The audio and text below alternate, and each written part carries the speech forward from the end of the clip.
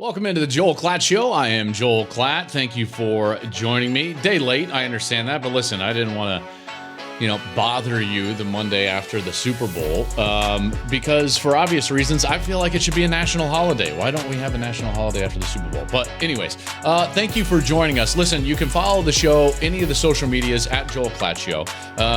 We would ask you, please, to follow the show, subscribe, rate and review us. We're having a great time here in the offseason. This is going to quickly become a lot more draft heavy as I start preparing to cover the NFL draft. We're going to keep chugging along and do some really cool stuff here in the offseason. I do want to get into a lot of things here. And we've got to talk about officiating, and I'm not going to rant and rave about officiating. Obviously, the call there late in the Super Bowl, I didn't agree with it. I'm going to tell you why on the show. And then last week, we did the podcast right before the news of OU and Texas getting basically the out to leave the Big 12, head to the SEC for the 2024 season. So some thoughts on that, and then some mailbag before we get out of here. So let's get into it. Let's get into some Super Bowl reaction because, first of all, that was a phenomenal game. 35-35 coming down the stretch there. I thought both quarterbacks played great. Both teams played really well. There were plays made, plays not made. It was lining up to be an all-time finish in the Super Bowl. There's no doubt about it. Chiefs end up winning 38-35. I picked the Chiefs on the show last week, as you know. And before I get into the actual game, I do just want to say, from a Fox perspective, I thought our guys did an awesome job. I really did. The crew, Z, the producer of the show, obviously Kevin and Greg, EA, Tom, everyone did a phenomenal job. Pre-game, post-game. I was really proud of Fox. I thought it looked great. I thought it sounded great. And more specifically, for a couple of guys to be in their first year as the lead team in the NFL, Kevin Burkhardt and Greg Olsen did a great job on that Super Bowl. And they've been doing a great job all year long. So it's really no surprise to me. In this industry, it's really easy to root for great people, and Kevin Burkhardt is one of those types of guys. I'm a huge fan of Kevin Burkhardt, and this is nothing against Troy and Joe. Obviously, I love both of those guys as well, and Joe Buck is legendary and phenomenal at his job. I was just happy for Kevin yesterday. I thought he did a great job calling that game, rose to the occasion, and obviously Greg was insightful and prepared. And from my seat, here's what I want. 2 cents, by the way, from a broadcaster. Here's what I want in a broadcast. I want a play-by-play guy that understands the nuts and bolts and then doesn't go past that. And I want an analyst that is very prepared and is looking forward and not always backward all the time. That's really that's my utopia for watching a game. That's what I try to do when I'm in the booth with Gus. And I thought those two guys did a fantastic job. So Kevin, Greg, congratulations. Many more to come, hopefully, and we'll see how it all pans out. Greg's going to be in some lead seat for a long time, so we'll see where that's at. Okay, now the game itself. The game was a classic, which it won't be remembered as a classic Super Bowl only for the way that it finished. And obviously, everybody is talking about the holding call there that effectively gave the Vince Lombardi trophy to the Kansas City Chiefs. And I think that the hard part about it, and I'm not going to get really into what was said after the game. I understand Bradbury admitted I tugged on his jersey and I was hoping there was no call. Yeah, listen, I understand that. I'll get to that in a little bit. Smith-Schuster, by the way, ran a great route. Right? There's a reason why a defensive player has to get handsy, and it's generally because there's a sense of urgency within the route and the route structure from the wide receiver. So Juju Smith-Schuster did a wonderful job on that little whip route. It was a great design. and by the way, the red zone that the Chiefs had been, the red zone plan that they had in that second half in particular was really strong from Andy Reid and Eric Bieniemy. The problem is, it feels like this is just becoming all too common in these big moments. If you're a football fan, you're watching that Super Bowl, there's a good likelihood, in particular if you're listening to this show and listening to me, that you are also watching the college football playoffs. And doesn't it feel like officiating is playing too big of a part in some of these massive games, in the most important games of the season here down the stretch when we're trying to award a championship. Obviously, there was the Michigan TCU debacle when they took the touchdown off the board and replay. No reason whatsoever that touchdown should have come off the board. There was obviously the targeting late that they reviewed probably should have been, wasn't.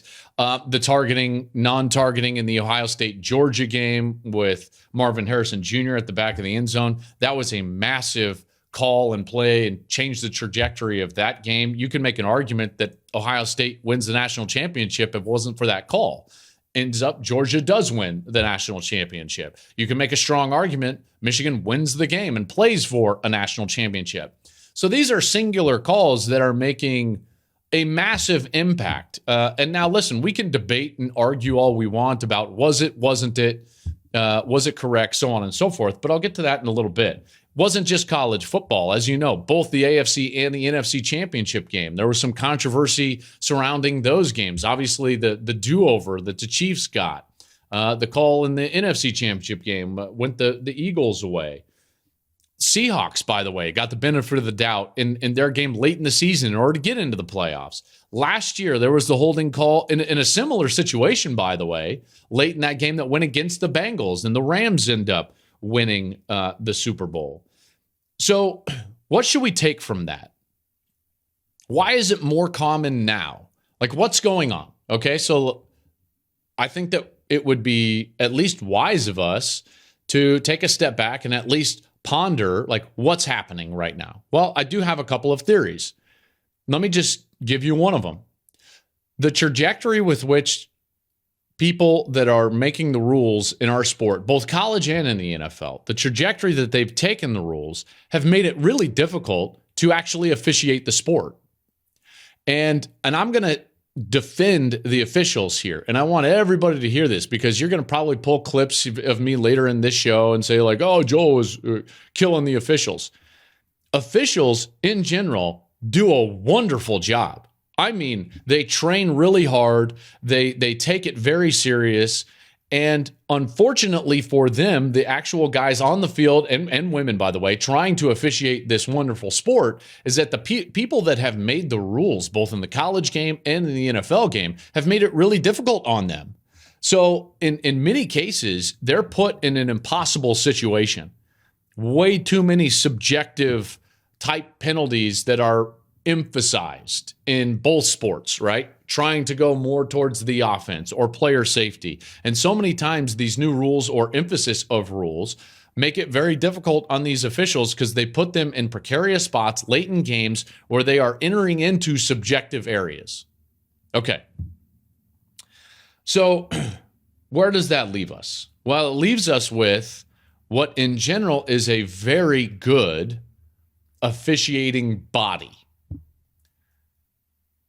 left in a precarious spot where they have more subjective calls than they did in the past, at least in my estimation, because of the emphasis of the rules, which leads us to the distinction, or should lead us to the distinction between objective calls and subjective calls. So this is where it all lands for me. When it comes to officiating, and this goes for every single sport, by the way. So obviously we're talking about football here, but this really goes for every single sport. As a competitor, I have a distinct knowledge between the difference of the objective calls in the sport and the subjective calls in the sport. Did he get his feet down inbounds before the white line? Objective. Did the ball cross the goal line? Objective. Like, my whole goal and desire as a competitor is for those calls, the objective calls, get it right. By any means necessary. By any means necessary. Get it right. Every objective call, you should be able to get it right. Now, what does that mean for the subjective calls? The holdings, the pass interference, like those types of, well, you can't always get it right. Now, I would love for you to get it right, but more so as a competitor, my desire is that you're consistent. So the distinction is as such. For the objective calls, please get it right. Please get it right. I do not want to lose a game because you missed an objective call. That is inexcusable. And for subjective calls, my whole desire is, however you start to call it that way for the rest of the game. I understand as a competitor that can change from game to game. Okay? It's like a strike zone in baseball. Whatever you're calling in the first inning, it better be that way in the ninth inning. Because if you've established, for me as a hitter, that you're not calling the ball that just nicks the outside corner, technically a strike, but you haven't called it a strike all day long. Just nicking the corner. You have squeezed the pitcher all day long. And now I've got 2 strikes. It's the bottom of the 8th or top of the 9th, whatever it is, right? It's the crucial time. I'm a hitter. You've established your zone. Okay, so I'm going based on your subjective strike zone. And now you change it? That's not my fault. That's yours. That's yours. So you can, all you want, all you people out there, and I see you on Twitter, Brady Quinn, I see you out there. It's a hold, blah, he admitted it. It's the letter of the law. The letter of the law does not apply to subjective calls in any sport because it's more about the consistency. It's always been about the consistency. Whatever you start with, you've got to end with. And that was my problem in this Super Bowl. Did you know that holding call was the first holding of the game? So wait, hold on, time out. You mean to tell me that little tug of the jersey, which I don't even think affected the play, was the first holding call all day long? And hey, letter of the law, it's a holding? Pound sand. Get over yourself. That doesn't apply. There was clearly a precedent set in the subjective area of holding for the defensive backs, and for that matter, for the offensive and defensive linemen. There was a precedent set, a strike zone set, and it changed late in the game, and that's unfair to the competitors. That's unfair. So when Bradbury says like, well, yeah, I was hoping I was going to get away with it. Yeah, you know why you were hoping you were going to get away with it? Because you did all day. You did all day. And so for the flag to come out there, my problem is with the lack of consistency. That's why it's an awful call. That's why it's an awful call. The other side of this that you've got to understand is like, what was the strike zone set? Well, I already told you that was the first holding call of the entire game. And guess how many defensive pass interferences had been called all day long? Zero. The strike zone had been set. It had been set.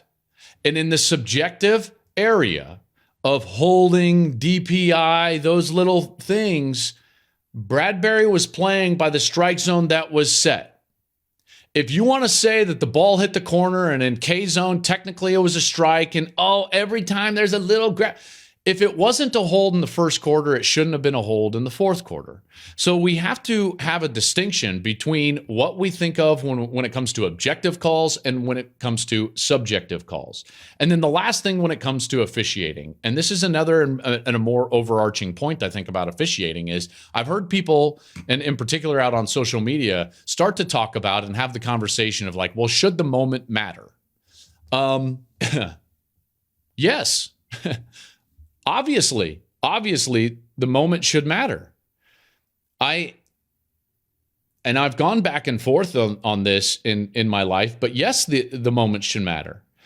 The bottom line for me is that when the outcome of the game is like directly in question, obviously it's in question during the course of the game, but when it's directly in question, the play, the call had better affect the outcome of that play.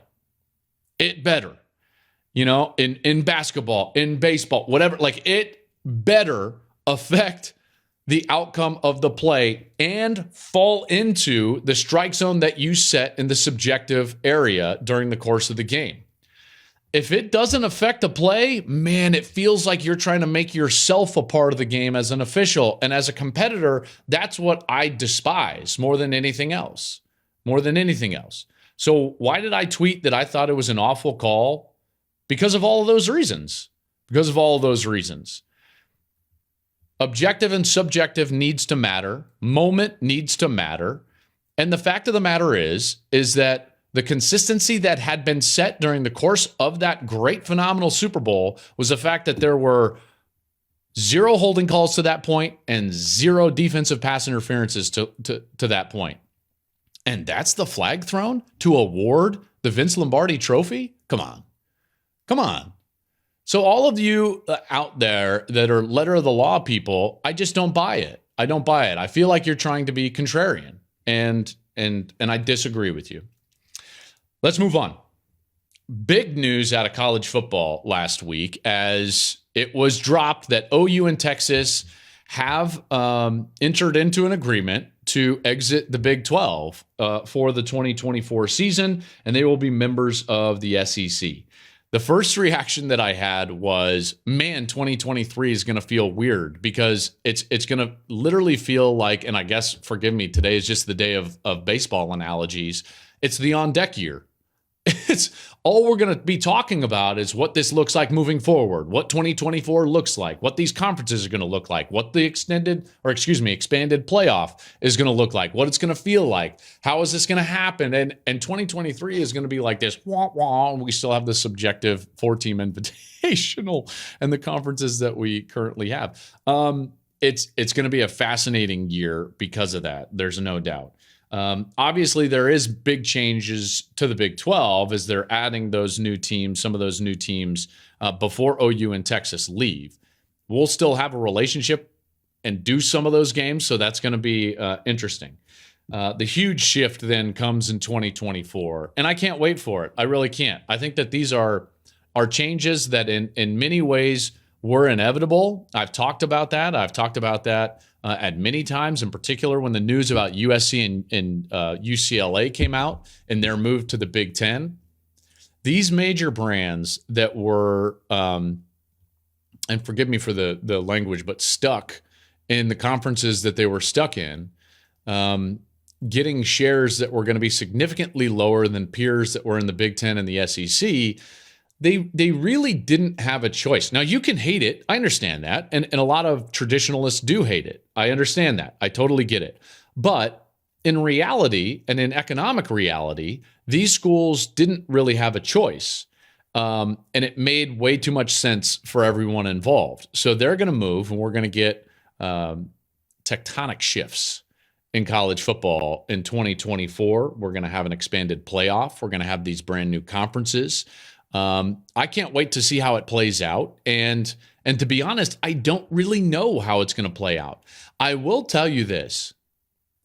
I can't wait to see how the expanded playoff helps the conferences that aren't the SEC and the Big Ten. And I do think that it will, because the language that we've been told is going to be used is that the 6 best champions from the sport are going to go to the postseason. Well, that's good news if you're in the future Pac-10, whatever they're going to call it, if you're in the Big 12, if you're in the ACC, because those conferences become, at least for the teams that are in the middle of the conferences now and having a hard time kind of clambering up and playing with some of the big boys, become more winnable. So where does that leave us in 2024? Where does that leave OU and Texas in 2024? A lot of people have asked me, like, well, what do you think their chances are in the SEC? You know, there's part of me that believes like they're going to go in and be just fine. And then I start to think to myself, no, hold on. Alabama and Georgia have so far outpaced really everybody but maybe Ohio State in terms of recruiting that it's going to be really difficult. Now, this recruiting cycle went very well for both Texas and Oklahoma.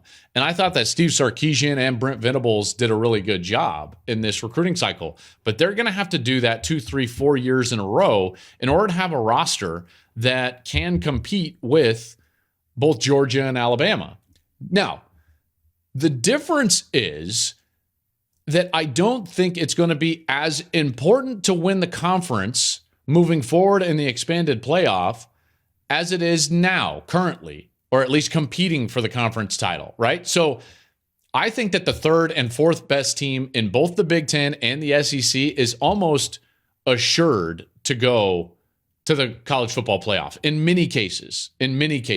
Basically, what I feel like is going to happen is that the 6 spots after the 6 best champions are basically going to be SEC and Big Ten teams. Maybe a few more SEC teams than Big Ten teams, but on average, I think you're going to have about 3.5, 4 Big Ten teams, and you're going to have about, 3.5, 4, 4.5 on average SEC teams. And because of that, OU and Texas, maybe they don't have to go in there and win the conference right away. Do I think they will eventually? Probably, especially Oklahoma. I mean, Oklahoma is a proud program that they owned the Big 12. They win conference championships. They're recruiting at a high level. They probably will at some point. I just don't know if they're going to do it right away. But I don't know if it matters, and I don't think that it does. Because, again, when we get into the expanded playoff, we've got these 6 spots for champions across college football, 2 of which will be the Big Ten and the SEC champion. Then you got 4 other champions, and now you've got 6 spots. Those are basically going to go to the Big Ten and the SEC, at least in my estimation. So that's what I think it's going to happen. That's how I think it's going to play out. And because of that, I think OU and Texas could be, in particular, if they capitalize on the recruiting that they had in this cycle for 2023, they could be in good shape. Okay, let's get to some mailbag here before we get out of here. Neither of these are actually football related, which I kind of love this. And by the way, if you please send us some mailbag questions. If you need advice about anything, you can throw that out there.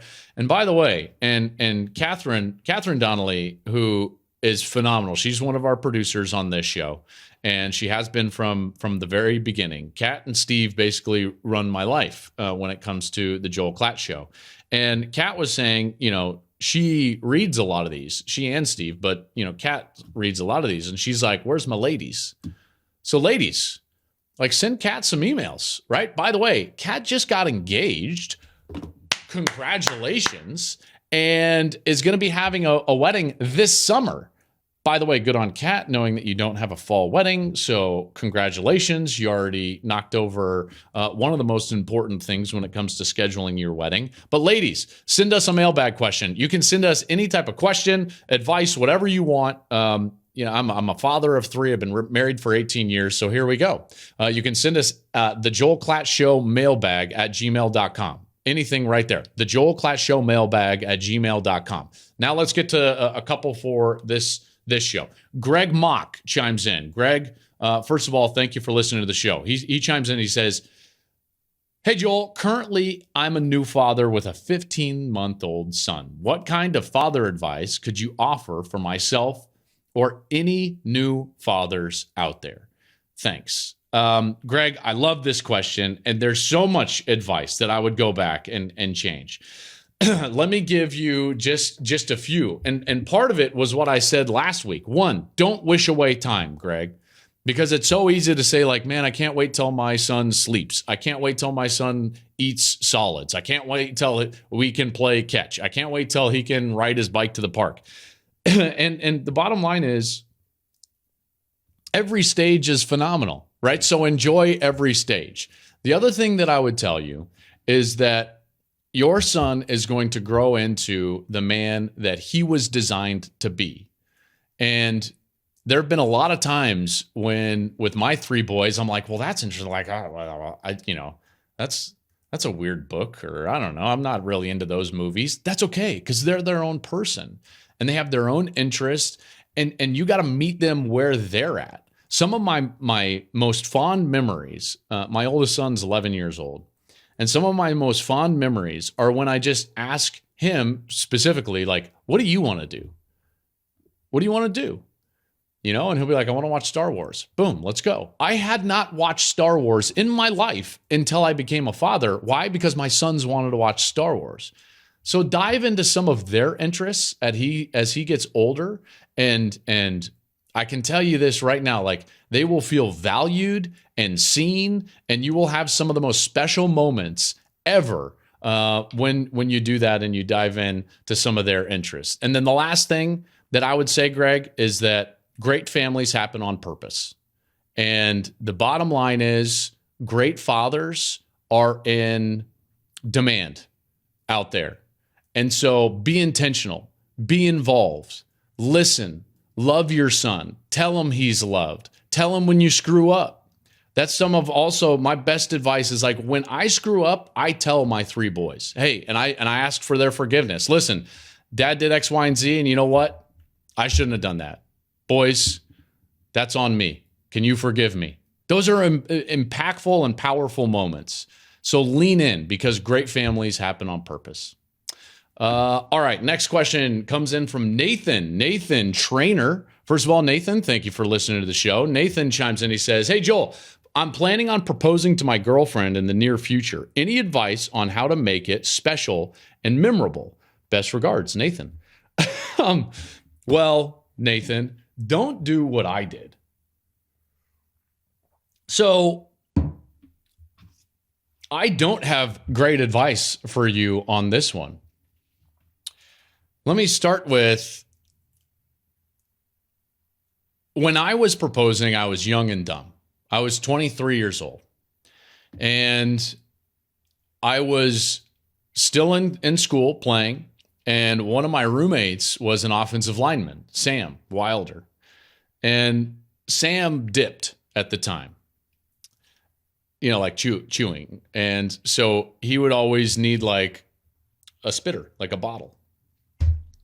And I had in Denver, like the Shane Company is a big thing. So I went and like bought the ring for Sarah at the Shane Company.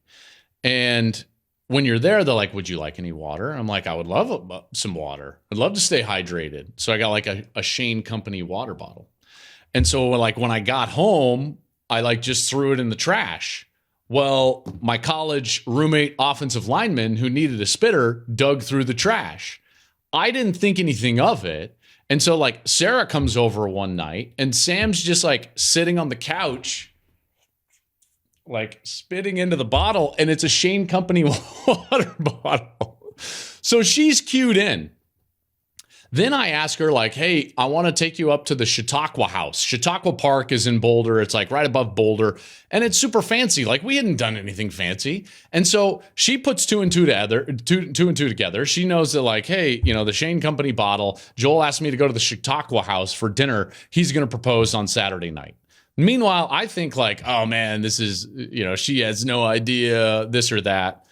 And my plan was, I'm going to take her, and this is December in Boulder, okay, Boulder, Colorado. And at the time, and I think that they still do this, they have either, isn't it, I think it's a cross that they have in the, either a cross or a heart. Why am I screwing this up?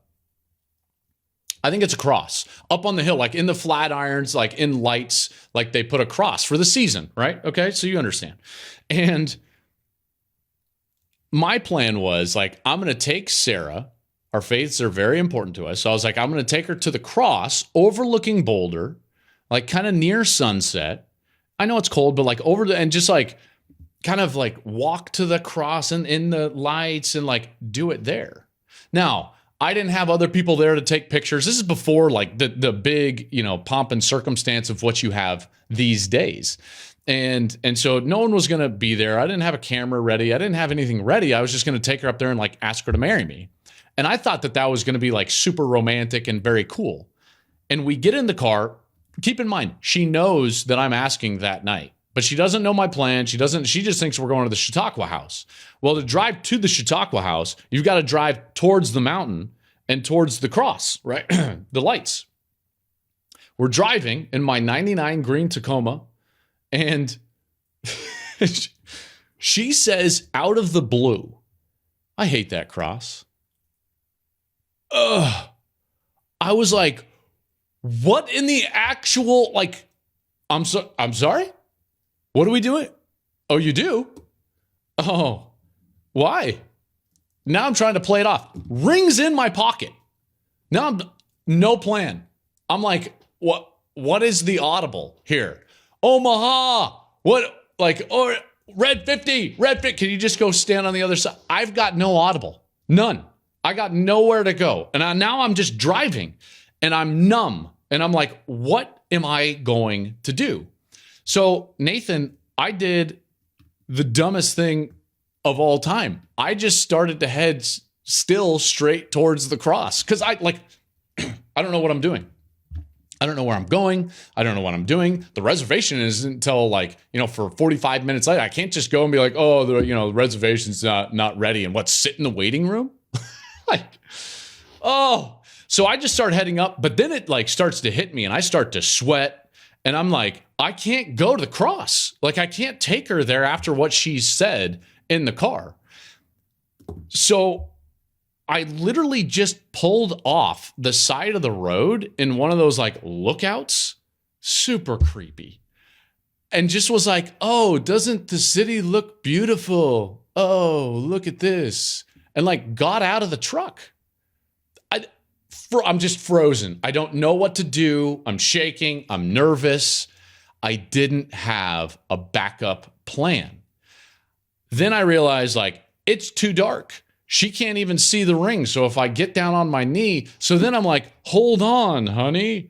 And I go back and I turn the headlights on of the truck and then go back and ask her there. And all she says is, of course. She didn't say yes. She didn't cry. She knows it's coming. She blew up my plan to go to the cross. I had no backup. I had no one there to take pictures. The only light we had were the headlights of the truck, and it was a total failure. Meanwhile, by the way, got the wrong size ring. Didn't even fit her. We had to put a Band-Aid on her ring so that it would fit her. So you talk about failure. You've got to prepare. Nathan, prepare. Have a backup plan. Have a photographer. Know what you're doing. Know that you got the right ring size. All those things. And based on current events, I hear balloons are big right now. So maybe go with balloons. I'm not even sure. Maybe balloons are in. Nathan, good luck, sir. Hopefully it goes better than mine. That'll do it for today's show. I appreciate you listening. Remember, subscribe, rate, review us. I'll be back this week. I've got a really special show lined up. My partner, Gus Johnson, has an amazing documentary coming out about him. The year that he just had this last fall, he was going to Harvard and calling games. It was quite an amazing fall. So in preparation for that documentary to drop, I believe on the 18th, I'm going to have Gus on. The first guest on the Joel Klatt Show is going to be Gus Johnson. I'm going to sit down with him later in the week, and we're going to have a long conversation about all things broadcasting, his documentary. We're going to have a great time. So that's coming up later this week, and I can't wait for it. It should be really fun. Again, thank you for listening. Remember, all the social medias, go follow us at Joel Klatt Show. Subscribe, rate, review us, and have a great week.